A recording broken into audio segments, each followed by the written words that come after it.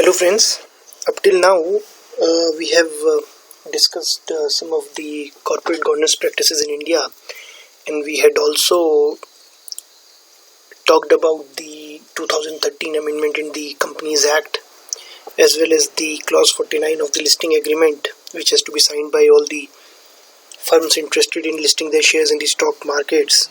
So we have discussed how these two regulations or these two regulatory requirements have formed the backbone of corporate governance here in India. A few more provisions we are going to touch upon very quickly. As I've told you yesterday also, I'm not going to talk in great detail about corporate governance. This is just to give you a brief idea. So I'm continuing the session. I'm continuing the discussion from the last session, wherein we had discussed 5 different kind of practices that are mandated for firms here in India. Now let us talk about some few more corporate governance practices. Now one is the stakeholders relationship committee. Now this has been provided for both by the clause 49 in the listing agreement as well as the 2013 amendment in the Companies Act, right? Now what do we mean by stakeholders? I hope you remember our discussion on stakeholders. Stakeholders are all those entities which have a stake in the business. This could be the customers, this could be the employees, this could be the owners, shareholders, this could be the creditors who are actually providing funding to these kind of business firms. These could be the regulatory agencies as well as the general society. So all of them are stakeholders. Now here there's a particular committee which has to be formed, stakeholder relationship committee. Now basically here this particular relationship committee is going to ensure that at least the shareholders of the company, they are treated fairly, right? So this is one thing which has to be ensured by this particular committee. Now as far as the provisions are concerned, have a look at what has been said here. It is mandatory for firms with more than 1000 shares or debenture holders to have a stakeholders relationship committee. So if you are a closed group in which there are only a few investors, then probably you don't need to have stakeholders relationship committee. However, if you have widely spread out ownership, you have quite a few shareholders or debenture holders, then in that case you have to constitute this particular committee, right? Now let me talk about what debentures are. Debentures are basically loan instruments basically. They are debt instruments basically. Now what happens, please understand, if let's say I'm a company and I want some money so that I can invest in my business, one option is to part with my share ownership. So I'll sell some of my shares to some other investors. They will give me money which I can invest in my business. Now what is basically debentures? A debenture is a kind of a debt instrument. And say for example, again, if I'm a company and I want, let's say, 100 rupees, so what will I do? I'll issue debentures, and these would be documents which have legal sanctity. And these documents will mention as to how much money you are providing me as some kind of a loan, and what would be the interest that I would be paying to you on this particular money. So this document, this formal document which is there, is called the debenture. In case of public sector organizations, it is known as bond. So bonds are basically used in context of public sector organization when they come up with this kind of debt instrument to finance their expansion. In case if this kind of debt instruments, DEBT, debt, Karza, debt instrument is being used by a private organization, it would be known as a debenture, right? So I hope now you have got a fair understanding of what are shares and what are debentures, and probably you would have also talked about this in the financial management course also, right? Now whenever a particular firm is having more than 1000 shareholders or more than 1000 debenture holders, they have to have a stakeholders relationship committee, which is basically going to take care of the relationship with the shareholders, right? And this particular committee has to be chaired by the non-executive director. I hope you remember our discussion about the non-executive directors, those who are not executives of the company, those who are not getting any remuneration. They only get sitting fee for attending the board meetings, that is all. So they are non-executive directors. So naturally again they have these kind of relationship committee. This relationship committee has to be chaired by the non-executive director. I hope I have given you the reason why we go for non-executive director instead of an executive director. Again, if non-executive directors are there, since they do not have any other relationship with the company, they would be more ready to ensure that the management of the company does not mistreat the shareholders. On the other hand, if we install an executive director as the chairperson of this stakeholders relationship committee, what will happen if, let's say, the company treats its shareholders, if the company mistreats its shareholder, then what can they do? They would be afraid of taking any action. They would be afraid of bringing the top management to task. They would be afraid of giving any stern direction to the top management. The reason is they themselves are the employees of the company. So generally, such committees which are of great importance, they have to be chaired by the directors who are independent from the company. They are non-executive directors. They are not members of the executive of the company, right? So that is why this particular relationship committee has to be headed by the non-executive director, and the job of the committee is to redress shareholder grievances.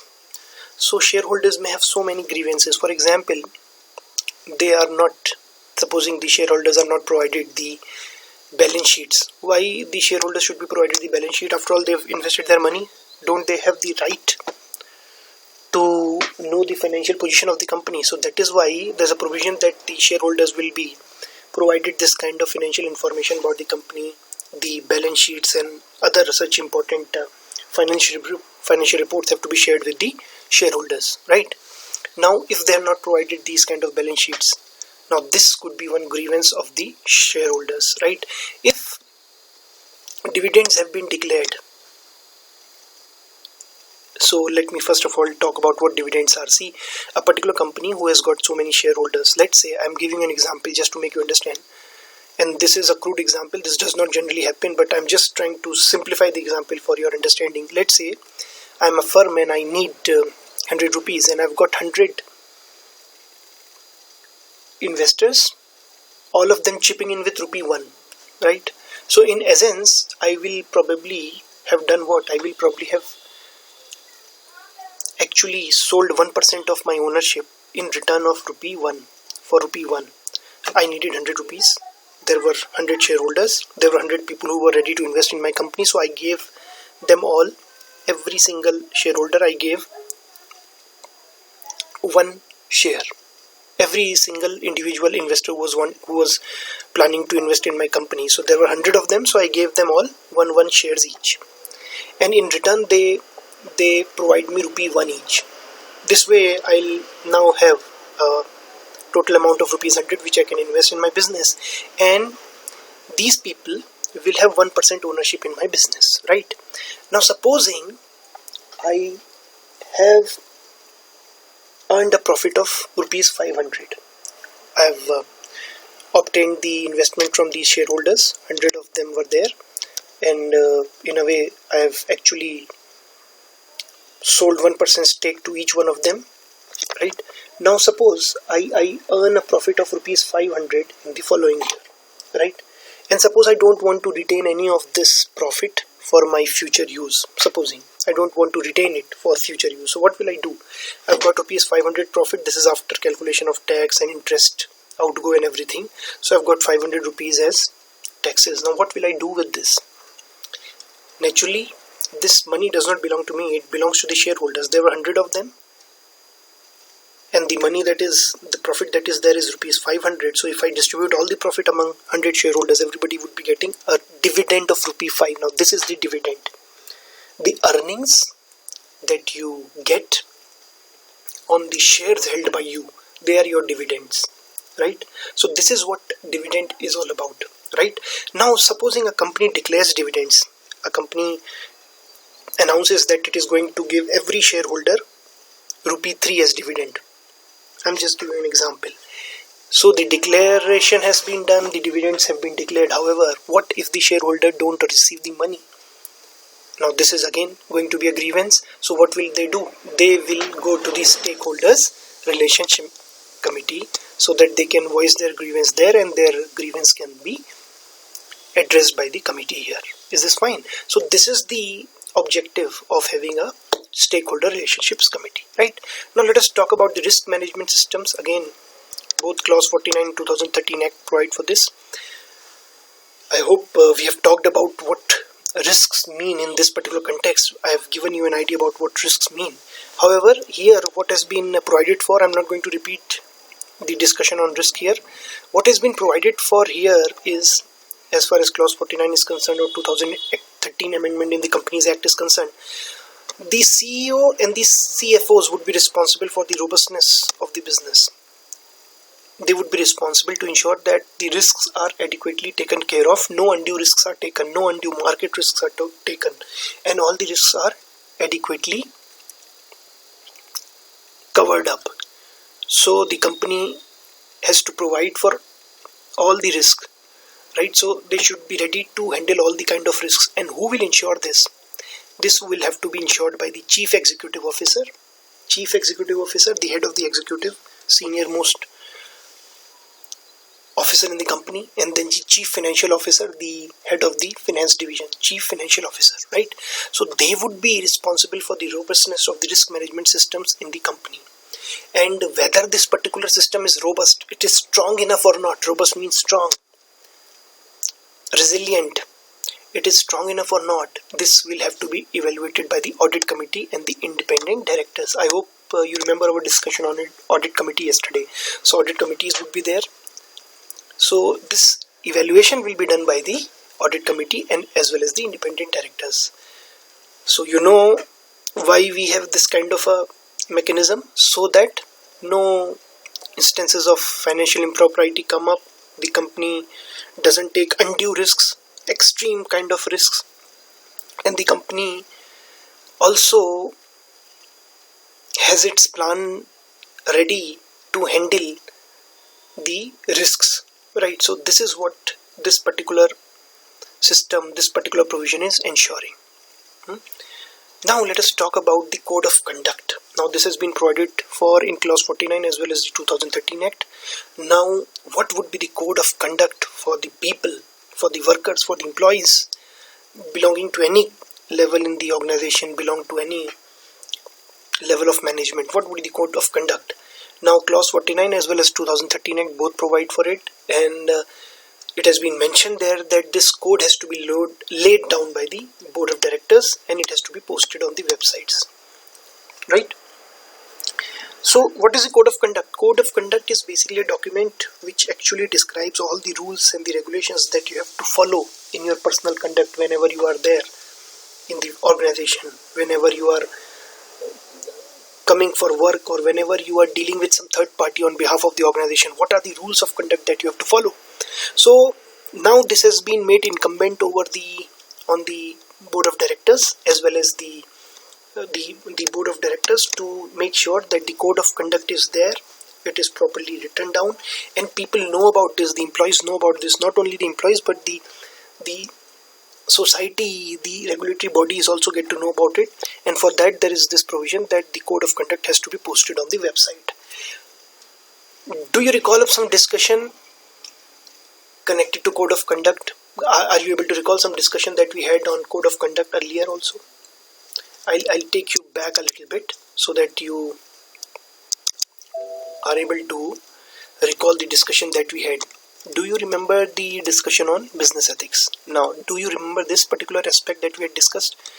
See, what is this? This is code of conduct, and I had talked about this particular aspect. This is basically Infosys. So we have discussed what is the code of conduct in Infosys. I had just given you an idea, brief idea about the code of conduct which is there in Infosys, and this is what I have actually obtained from their websites. This is fine. So this is what we are talking about here. So what is the reason you should have a code of conduct as far as the 2013 provisions are concerned, or as far as clause 49 is concerned, so that you can conduct your business in an ethical fashion. So we had discussed this earlier also, so I just took you to this slide so that you can understand the connections between the two, right? So we have talked about the code of conduct now. So let me get back to the presentation mode. So this is the code of conduct. It has to be laid down by the board of directors. So basically the board of directors have been given this responsibility of laying down, of writing down in black and white, of actually writing down the code of conduct. And this also has to be then given wide publicity. People should get to know about that. Specifically the employees should be aware of this code of conduct, and they should know all the different clauses in this particular code of conduct. So that is why we are providing for the code of conduct to be published on the websites also of the company, right? Now this is again, as I said, mentioned in both clause 49 as well as the 2013 Act. Now executive remuneration, I hope you remember what we mean by executives, those who are actually working for the company. And how do we decide the executive remuneration? Remuneration means the salary that they are going to give, the salary that they are going to get. It could be the baseline salary plus incentives for good performance. So base salary would be given to everybody, all the employees, or let's say the fixed salary would be given to all the employees. However, the incentive, the reward, the variable pay would depend on your performance. So better performance would mean more incentives, and not being able to perform well would mean less of those incentives, right? So this is how we try to encourage people to work better, work more efficiently, and to perform better. So this is what we mean by remuneration. So I've given you a brief idea about what remuneration is, and you'd be probably discussing more aspects of remuneration in human resource management that you'll be studying in the third semester. Now the executive remuneration, here we are not talking about the remuneration for the middle level employees or for the employees at the lowest level in the organizational hierarchy. We are basically talking about the remuneration for executives at the top level. Why? Because you know that for the people working at the middle level or the lowest level in the organizational hierarchy, the top management would fix their remuneration. However, who would be fixing the remuneration for the executives, the top management? Now this particular aspect has been dealt with here in clause 49, also in 2013 Act also. And what are the provisions? That provision number 1 is that remuneration has to be linked to performance. So the better the performance, more the amount of remuneration that you will be given. So that is what we mean by performance linked remuneration. And then there should be a balance between fixed and variable components to suit short and long term goals of the firm. So what we are saying, that remuneration should have both the fixed element as well as the variable element, variable component, which would mean that component which will keep on changing. I've just now given you an example. Supposing the remuneration package that has been given to me is supposing that I'll be paid rupees 1000 every month, and plus depending on the number of classes I take, I will be paid 2 rupees for every class. This is fine. Now supposing I have taken no classes, what will happen? I will only be paid the fixed salary, that would be rupees 100 for me, right? However, if I take, let's say, 10 classes, and for every class I am getting paid rupees 2, so the variable salary that I'll have, variable component, will be 10 into 2, because I've taken 10 classes and I would be paid 2 rupees per class. So this would come out to be 10 into 2 is equal to rupees 20, while the fixed component that I'll be paid is 100. So my total remuneration would be rupees 120. This is okay. On the other hand, let's say if I have taken 50 classes, I would be paid rupees 2 every class, would mean I would be paid rupees 2 into 50 as variable component, or rupees 100 as variable component. The fixed component is rupees 100, which would remain fixed regardless of my performance. So the total amount that I would be paid would be rupees 200. Is this fine? So that is why The incentive part is known as the variable component because it depends on your performance, while the fixed part does not depend on your performance. It is the minimum basic that would be given to all the employees, that would have no link to the performance of the employees. So whether or not the employees are able to perform, they will be paid the fixed salary. However, in case they are not able to perform, they would not be able to get the variable component. Is this fine? So now what is being said here is that there should be a balance between fixed and the variable components to suit short and long term goals of the firm. Now what do we mean by this? Please understand. If I only have fixed component, then supposing if I only have fixed component, I tell my teacher that if you teach or whether you not teach, you would be getting rupees 100 every month. However, if you don't teach, again you would be getting rupees 100 per month. So probably I would not be very interested in taking lectures because my performance does not matter. How many lectures do I take does not matter. What would be the amount I would be paid per lecture does not matter. I would be paid rupees 100 regardless of whatever number of classes I take. So would I be motivated to take classes? No, I would not be. And suppose the target of the college is that at least 100 classes should be taken. So what will they do? They will come up with a variable component and they will tell me, okay boss, if you take 10 classes, you would be paid rupees 2 per class, you would be paid rupees 20. So now this incentivizes me, this motivates me, because the more number of classes I take, the more would be the remuneration that I'll earn. Now this is why variable component becomes important, and basically variable component actually becomes some kind of a motivational tool. And if variable component is there, then only I'll be motivated to take 100 classes, and then only the college's objective of organizing 100 classes would be fulfilled. And that is what I mean here. You have got to give your employees variable component also, so that they strive hard to achieve results. Then only the organization can achieve results in the short and the long term. This is fine. So this is the reason why it has been provided for, that there should be a proper balance between the fixed and the variable components. Again, executive remuneration has to be compulsorily disclosed. So you cannot keep the executive remuneration hidden away from the public glare. No, you have to inform the public about the executive remuneration. You have to disclose this information in your annual returns or in your annual financial statements, and this is some information that you should not keep hidden. Is this okay? Now that is what is meant by compulsory disclosures, right? The idea is that the shareholders, they should know that the executives who are managing the business on their behalf, or who are managing the business that they own, because I am the shareholder supposing, and I own the business, but I am not skilled enough to manage the business, or I don't have the time and resources to manage the business. So what we have done is, we have put in place some executives. We have put in place the top management, the middle and management. Now, what is the salary that they are getting?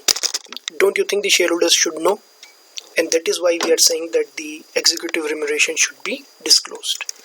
Now, one more provision is there, that all the annual financial statements, you know about the financial statements, the profit and loss account, the balance sheets, all these have to be signed and certified by CEO and CFO, the Chief Executive Officer and Chief Financial Officer. They have to certify that the financial statement have been prepared with utmost seriousness. They have been prepared with maximum possible level of accuracy, and there is no misinformation. There is no fact hidden in the financial statement. So this kind of certification has to be given by the CEO and CFOs. They have to basically certify. Now, why only the Chief Financial Officer? Why not the Chief Human Resource Officer, or why not the Chief Marketing Officer? Because the preparation of annual financial statement and also the management of the financial resources is a job of the finance department. And CEO, because he is the head of the organization, he is the topmost executive in the organization, right? And lastly, there is also a provision for, now this particular aspect has been provided for in the 2013 Act, and there's a provision for the directors also, and this is an obligation for the directors. Now there is a director responsibility statement. Now what do we mean by this? This means that the directors are taking responsibility for, they take the responsibility that all the information mentioned in the various reports and the annual report, all the information which has been mentioned in the annual report, all the information is accurate. Now not only the financial statements have to be certified by CEO and CFO, but the directors also have to take this responsibility that yes, we have independently verified this particular, all the facts in the report, and we know that all the facts in the report are true, and there is no misinformation, there is no particular fact which has been hidden in this particular annual report, and all the things which have been mentioned in the report, they are true. And this is the responsibility statement that the directors also have to sign. And now this would be included in the annual report.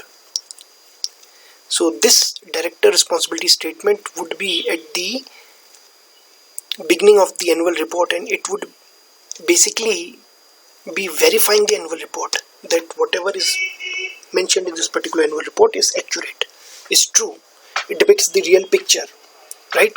So this is what is going to be, this is what has to be verified by the directors, and that is what we mean by the director responsibility statement. Now you can understand, now this is an obligation for the board of directors. This was an obligation for the chief executive officer's obligation, and obligation means the duty. So this was a duty, this was an obligation, responsibility of the CEO and the CFO, while this one is a responsibility of the board of directors. This is okay. So these are some of the good corporate governance practices that are prevalent here in India. I hope you remember our earlier discussions. Just a moment. We discussed with a brief introduction about corporate governance, and then we moved over to the good practices as far as corporate governance is concerned here in India. Now these are the practices that we discussed in the last session, and now these are the practices that we have discussed in today's session. I hope this has given you considerable idea about what corporate governance is and how is this very, very important to ensure that the businesses are run in a manner that all the stakeholders, that businesses are run in a manner that the interest of none of the stakeholders is compromised, and that all the stakeholders, they are able to, their rights are protected. So this is what basically we have corporate governance practices for. With this we are concluding, we are wrapping up this particular unit, and now we will be moving on to unit 5, where we'll be talking about the economic environment primarily. In this particular unit we had talked about the political legal environment. There we'll be talking about the economic environment. Very soon you'll be having a test. Please be ready for the test, because ultimately how many marks you score in the test will determine how many internal marks you would be awarded, and that in this particular semester would decide your overall percentage. Fine. So please keep reading. In case you come across any problem, you can always give me a call. Thank you very much.